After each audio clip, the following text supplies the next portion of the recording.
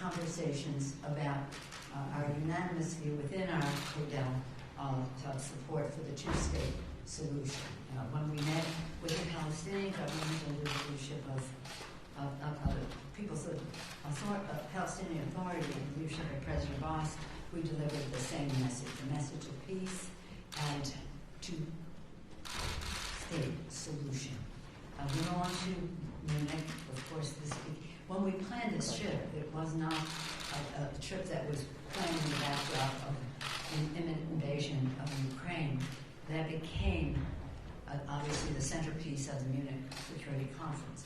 Many of us have gone to that conference over the years to talk about security, economy, and how that relates to security, and governance, and how that relates to security. In fact, those three things, security, economy, and governance, are the purpose of any foreign travel of members of Congress.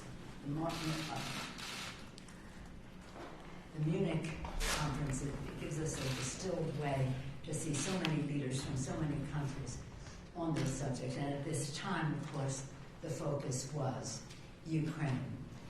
We had more than one delegation, but around 40 members of Congress, House and Senate, Democrats and Republicans, all united in our support for the transatlantic alliance, NATO, all of us united in being there to remove all doubt in Putin or anyone else's mind that we were acting as one.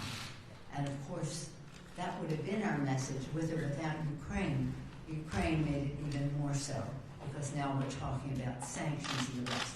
We're very proud of our Vice President our President whose leadership has been outstanding, and the message was delivered to the conference by the Vice President. It was well received, it was unifying, it was firm in terms of how we would work together for sanctions should there be an invasion of Ukraine. What I just want to say as a sideline to my colleagues is that I was so pleased with how many women who were there were leaders in national security. When you're at this, the dynamic is people come up to you, we have all kinds of bilateral meetings planned. We met with the new Chancellor of Germany, we met with the head of the EU, the head of the NATO, the mayor of Kyiv. We met with very high-level bilateral meetings. But as you're there, others approach. And for example, the president of Moldova is a woman, and she expressed concern to me that the Russian propaganda was having an impact there, where people were making a case that they had to go into Ukraine because Ukraine had done this, that, or the other thing. The president of Kosovo, a woman, told me that the Russians were successful in having some Serbians on the border put forth a Russian message. Both the foreign minister and the defense minister of Canada are women. We share some thoughts about what's going on in Canada right now. The foreign minister of Germany is spectacular, a woman, and she was here recently, and so we renewed that friendship there, as well as meeting before we left with the foreign minister, foreign secretary of the UK. I would just say that because there's a lot of informal contact that reinforces, first of all, the need. I think the one thing that we all agreed upon, the attack on the Ukraine by the Russians is an attack on democracy. An attack on democracy. And our final visit was to the UK. We met with Boris Johnson, but our host was the Speaker of the House of Commons, with a great welcome to the House of Commons, which is unusual, they tell me, and then a formal luncheon where we could interact with members of Parliament of all levels and all parties. Well, they don't have that many parties, but the fact is they were very united. Every place we went, that people were united in opposition to what was happening, of course, in Ukraine, but more importantly, in what we needed to do about that. We talk traditionally about about the issues of security, economy, and governance. In recent years, of course, the climate issue is an issue in all of those categories, and so is COVID. So that was part of our conversation. We did meet with the head of the World Health Organization and got up to date on how he saw things globally. And again, in every place we read that the COVID challenge was part of our discussion. So it was intensely busy, and we were magnificently served. You've seen the list of members. They are mostly from our security committees: Adam Schiff, Intelligence; Adam Smith, Armed Services; Ted Deutsch, Foreign Affairs; Barbara Lee, Appropriate. Well, let me come back to Barbara and Betty McCollum. Jim Himes, Intelligence; Bill Keating, Foreign Affairs and Armed Services; Sean Patrick Maloney, Intelligence; Eric Swalwell, Intelligence and Homeland Security; Luna Gallego, Armed Services; Seth Moulton, Armed Services; Ro Khanna, Armed Services; Andy Kim, Armed Services and Foreign Policy. But when you're having these discussions, that will always lead to the Appropriations Committee.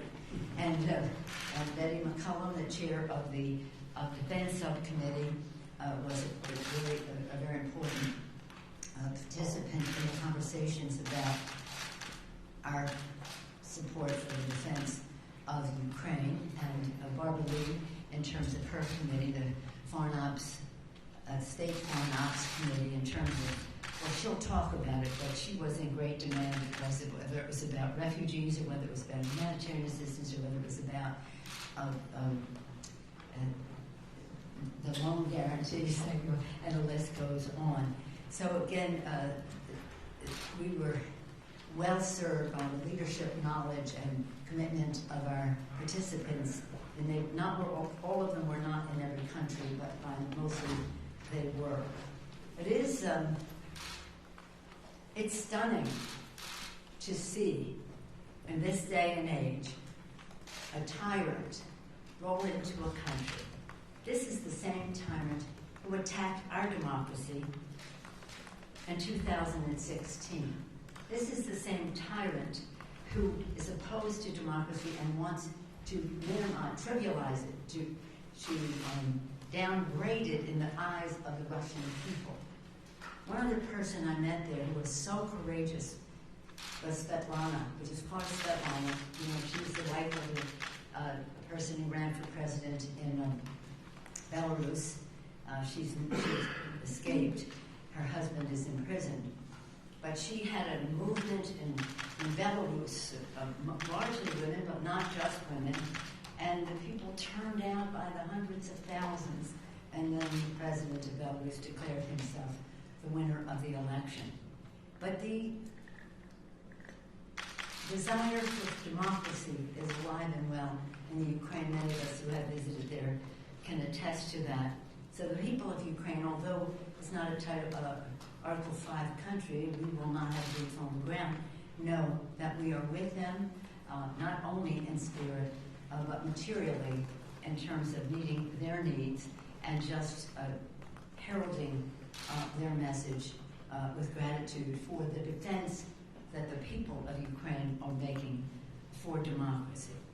As I mentioned, underlying all of this were our meetings with heads of station in all of the countries that we were in about the intelligence of what was going on, what they knew about a range of subjects that are essential to our national security. We were very pleased to have on the trip the chairman of the Intelligence Committee, Adam Schiff.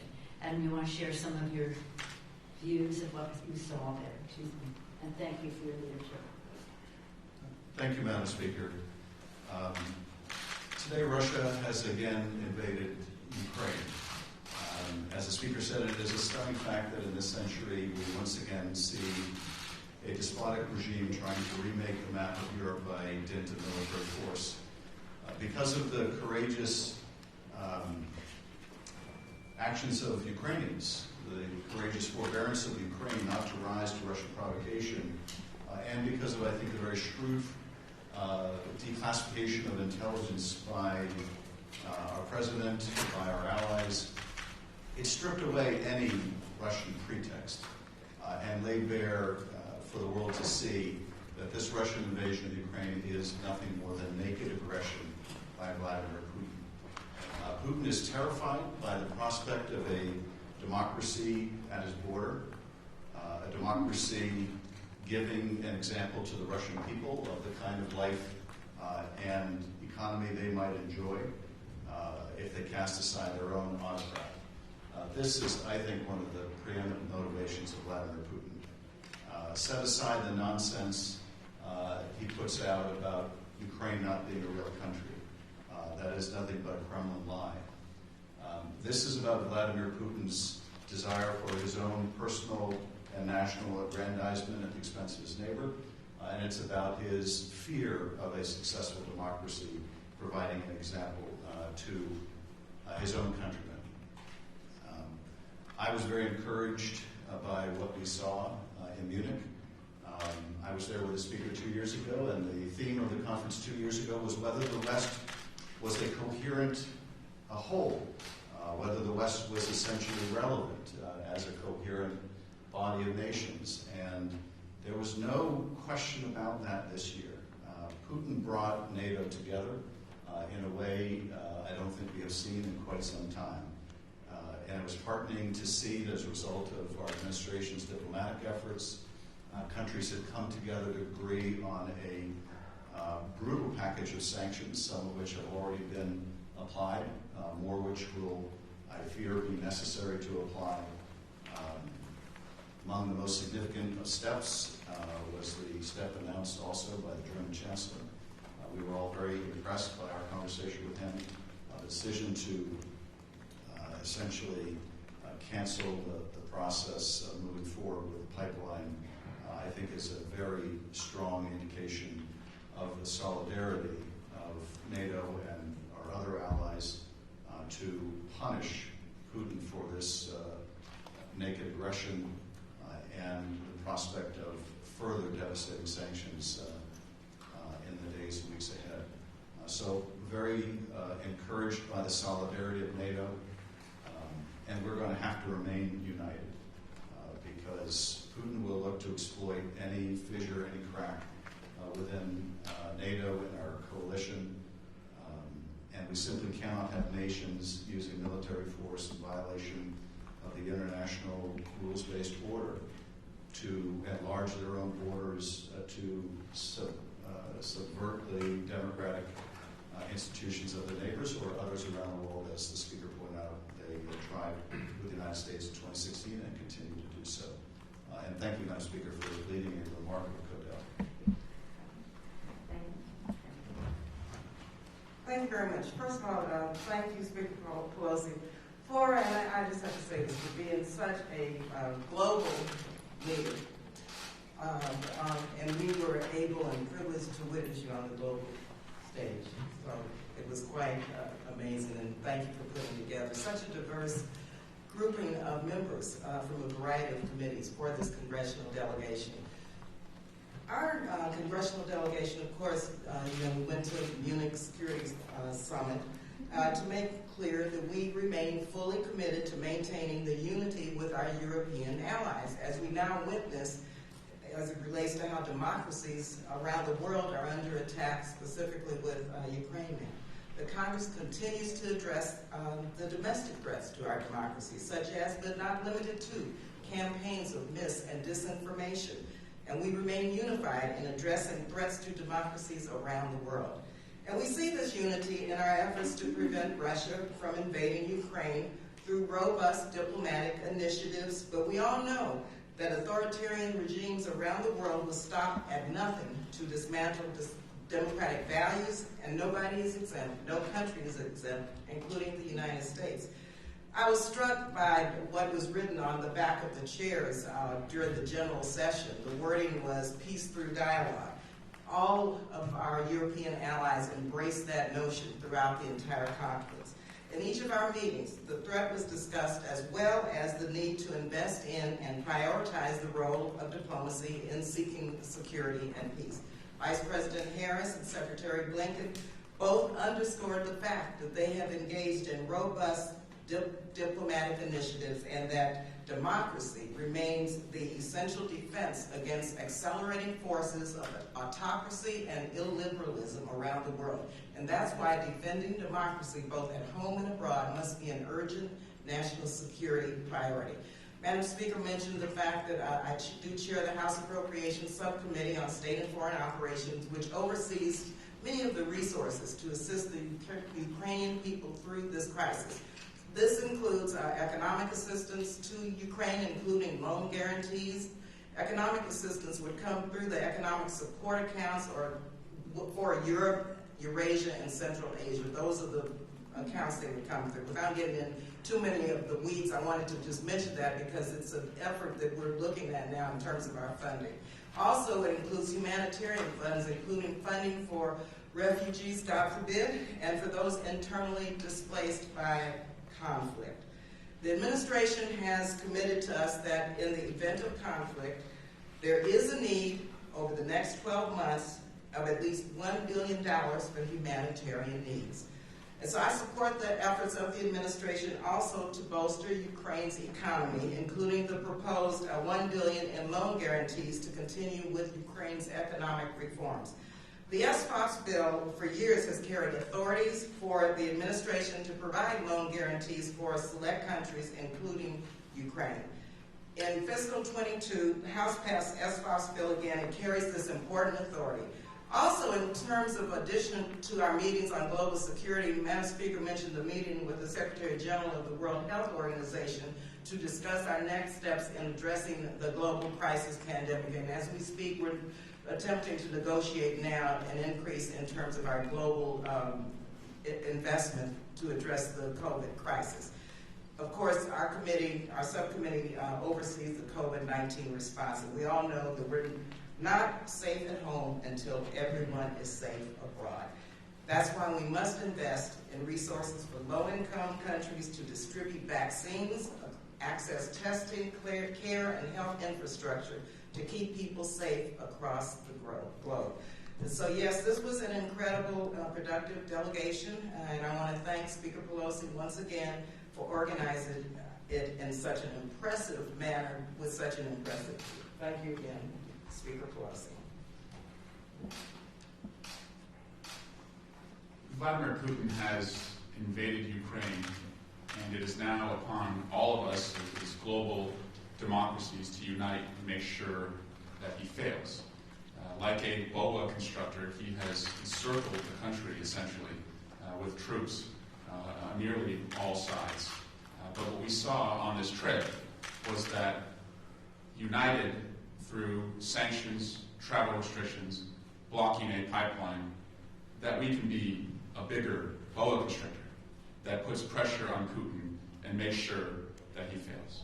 We also saw on center stage that U.S. leadership in Europe with NATO is back. And it was truly a privilege to see the way that our speaker was received in Israel at the security conference where she spoke and was a panelist, and in the United Kingdom. Also, we saw Secretary Blinken and Vice President Harris address the security conference to show our resolve, our leadership on the world stage, to first seek diplomacy, and then once that has failed through Russia's actions, to unite the world, not just within Europe, but we're seeing alliances outside of Europe seek to make sure that Vladimir Putin fails. And we will continue to do that, and we must also here at home build a sentiment among the American people that they understand why it's so important that we hold Russia accountable. But I was also struck when we met with the labor leader in London, and we met with the Prime Minister in London, that they were absolutely aligned in making sure that Putin failed, despite all of their differences within the country. And there are a lot of differences there, just as there are differences here. In contrast to what we've seen here at home, the two parties there are aligned, and that must also be the case here in America. Finally, there are a lot of experiences I'll never forget on this trip, but one evening, Congressman Gallego and Moulton and I shared a meal with a young member of the Ukrainian Rada. She told us that at a young age she ran for her parliament, believed in her country, joined President Zelensky's party, and wanted to make sure that what had happened in 2014 would not happen again. The three of us who had also, at one point in our careers, been young public servants, certainly saw ourselves in her and told her that we will go home and make sure that our constituents see themselves in Ukrainians. And you can't help but talk to somebody who still believes that their country has a right to sovereignty and ask the question, what is our democracy worth if we're not able and willing to stand against an invasion of another democracy? And that was what was on display in every country that we went to. And now, here at home, that's the leadership we must show to unite ourselves as a country and also to unite our alliances across the globe. Thank you. Thank you very much. I know that you all had individual meetings with some people who are very courageous, but in Ukraine, still fighting for democracy there. What was interesting was to see the heads of state with whom we had interactions as well, of countries, newer members of NATO, and the concern that they had, what's next for Putin if he were to be successful in the Ukraine. I had the privilege of sitting next to the President of Latvia for most of the plenary sessions, and that others there were very concerned about what would be next. I introduced some of the leadership of well, if you look at the map and you see Hungary, and you see how it is encircled, Russia, Belarus, Crimea, which they have taken over but had, it's still a danger now to Ukraine. And then you see Poland and Romania and all of those countries just abutting that's Russian influence. A lot of people talked about Sudetenland and how this resembled something that people thought, well, it's just that, and it isn't just that. I'm going to just close by saying this. I had the privilege of going with President Clinton. He invited full members of Congress, House and Senate, Democratic and Republican. The Senate Democrat was Senator Joe Biden. And we went to the expansion of NATO meeting in Paris. And it was all of the heads of state of the then NATO countries who spoke. And it was so beautiful because they all spoke in such a positive way about NATO. We thought like we were NATO and they were also NATO, but they had ownership and agency and just possession of the NATO possibilities. The representative of Russia who was there was Boris Yeltsin, and he was very ebullient as he was. And when you're too young to remember how ebullient he was, but he was welcoming to what was called it was the expansion. We had supported in our own country, the Baltic states, Poland, other countries becoming what was called the Partnership for Peace. And it included many of the countries. And now Putin is saying, push it back pre-1997. Don't ever try to add another country and remove the weapons out of Eastern Europe. That's what he wanted. No, that was not going to happen. So as Barbara, as all of our colleagues have mentioned, diplomacy, deterrence, diplomacy to stop what is going on, should he see the light at some point. Diplomacy is always first and foremost our path to peace. Any questions on this subject? Desmond? Do you think the president's sanctions went far enough? Because at the outset there were some, even his closest allies, that felt that he could have issued harsher sanctions. Chris Coons comes to mind. And then following up on that, there's a group of lawmakers from both sides of the aisle that are calling on the president to respect Congress's war authorities. Do you support that as well? I certainly support that, but I don't think those two things are related. The fact is, the President of the United States, by executive order, has the power to exercise to impose the sanctions. We understand this. We are not in this alone. The beauty of it all is that it is a unified effort of our NATO allies, which, and of course, U.S. and Canada from this side of the Atlantic and on the others. The steps that the President is taking are appropriate. The Europeans feel the pain more than we do of sanctions. It is not without any collateral impact in their countries when you do. What we heard in the from the, shall we say, the head of the EU, the president of the EU Commission, was that they're into diversification in terms of their energy, meeting their energy needs and the rest, so they're not as dependent. But it will have an impact in the beginning. I think the president has full knowledge of what impact these sanctions will have, and is fully ready to go all the way with it. And that's something that we have done together. I'm going to have Barbara Lee speak about the authorization of the use of military force, because this is something she's been a champion on for her entire service in the Congress. That's a different subject as to whether the president can impose sanctions, as to whether he can go to war. Barbara? Thank you, Madam Speaker. Yes, I did sign the letter that Congressman Peter DeFazio was one of the leaders in that. And in fact, the president has indicated over and over and over again that in no way does he intend to allow or insert ground troops in this. With the increase in tensions, we signed the letter and wrote the letter because we want to make sure that Water Powers Act is complied with, and that the public understands that the president means what he says, because he's not going to insert ground troops into this possible incursion.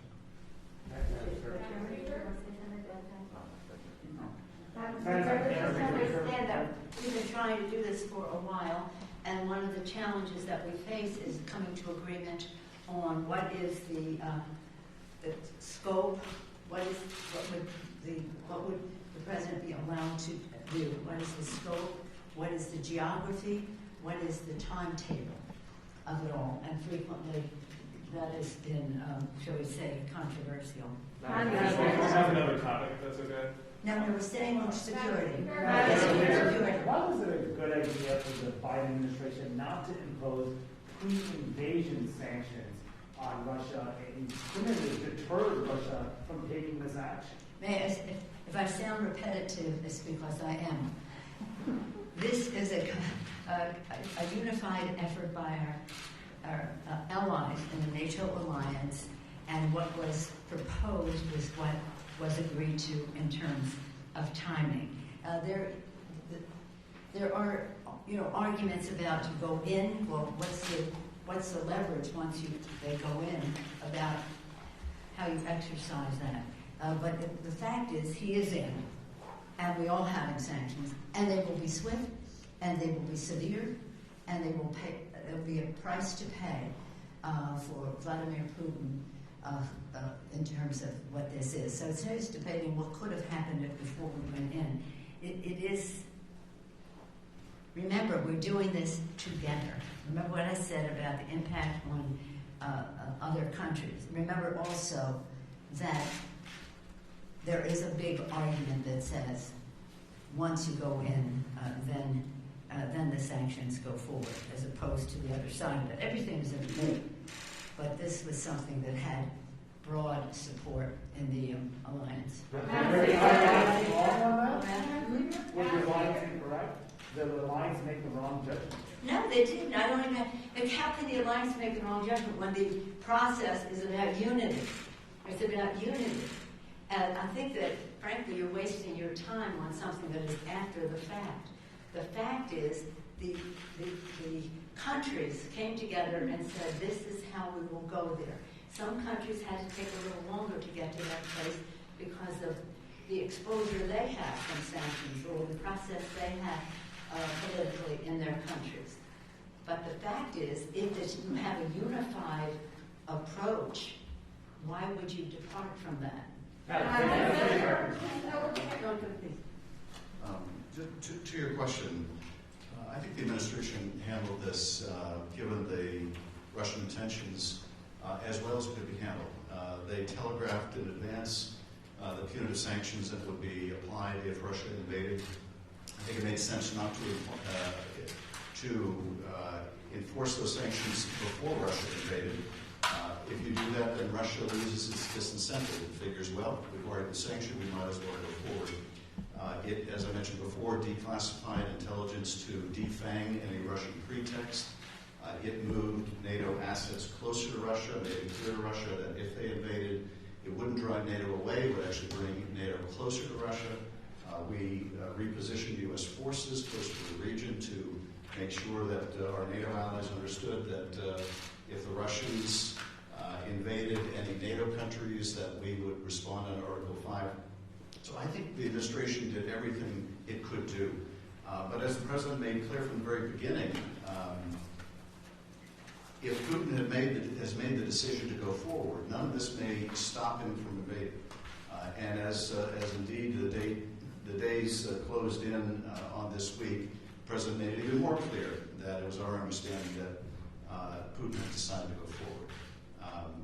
Now I think it's our obligation to make sure that we remain aligned with our allies, that we continue to raise the costs on Russia of its invasion of Ukraine, any further invasion of Ukraine.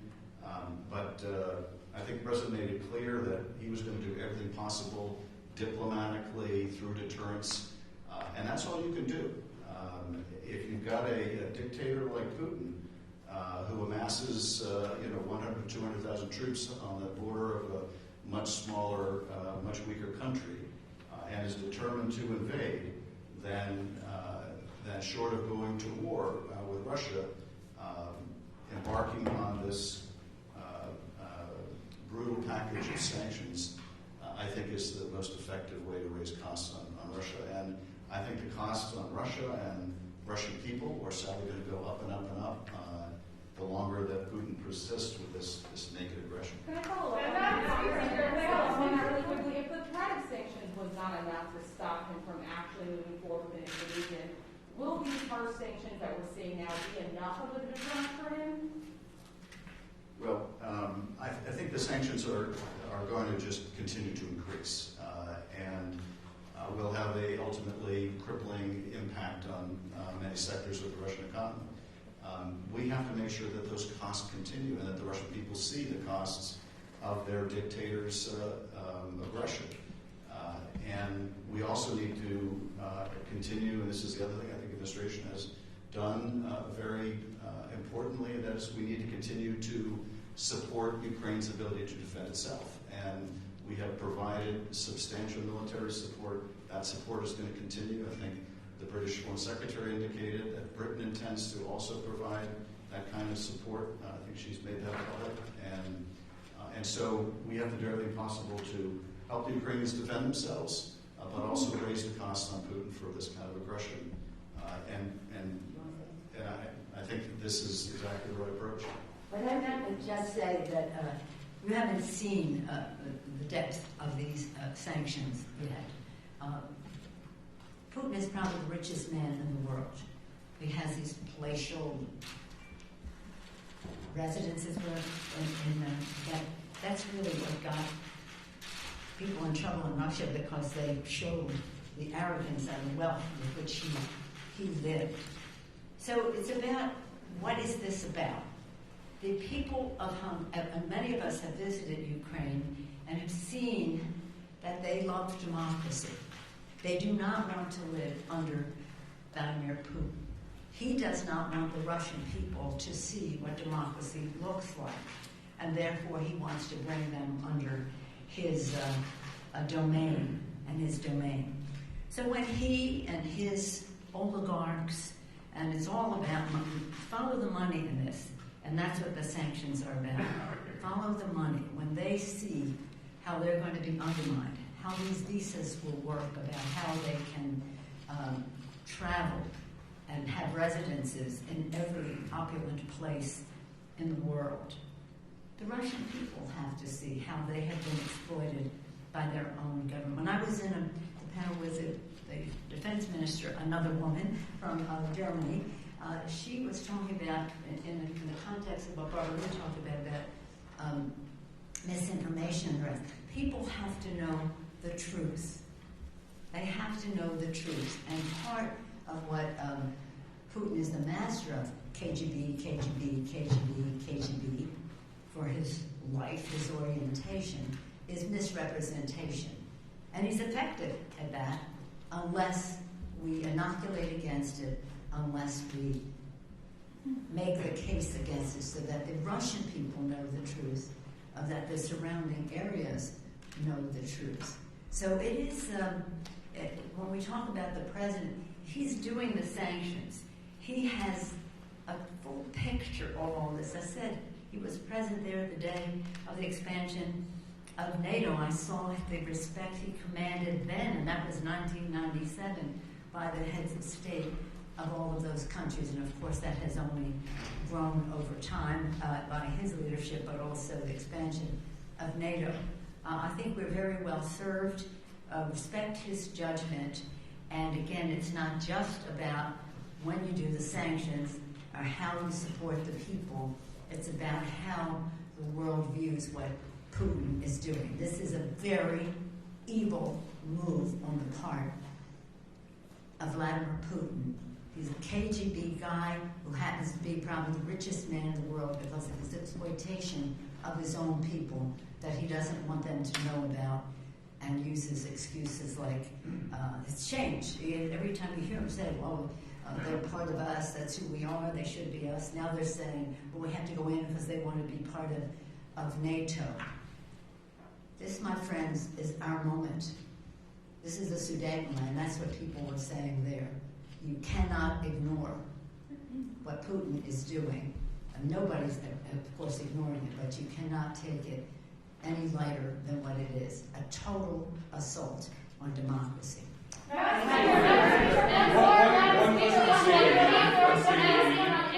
On State of the Union, you had pretty unique security challenges for the last couple State of the Unions, be it insurrection, COVID. This year there's talk of these trucker protests.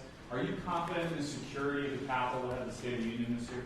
Well, again, this is in the realm of the police. Of my understanding, when we arrived here last night, that the chief of police had called for the National Guard to be present leading up to and around the time of the State of the Union, that they have a good handle on what the expectation is. Some of it won't even come until after the State of the Union, but no, I feel confident. Now, I don't have, people said, oh, don't let them put up a fence. That's not my call. That's a security call, and that's the call of the sergeants at arms and the chief of police. Thank you all very much. Do you have any closing statements?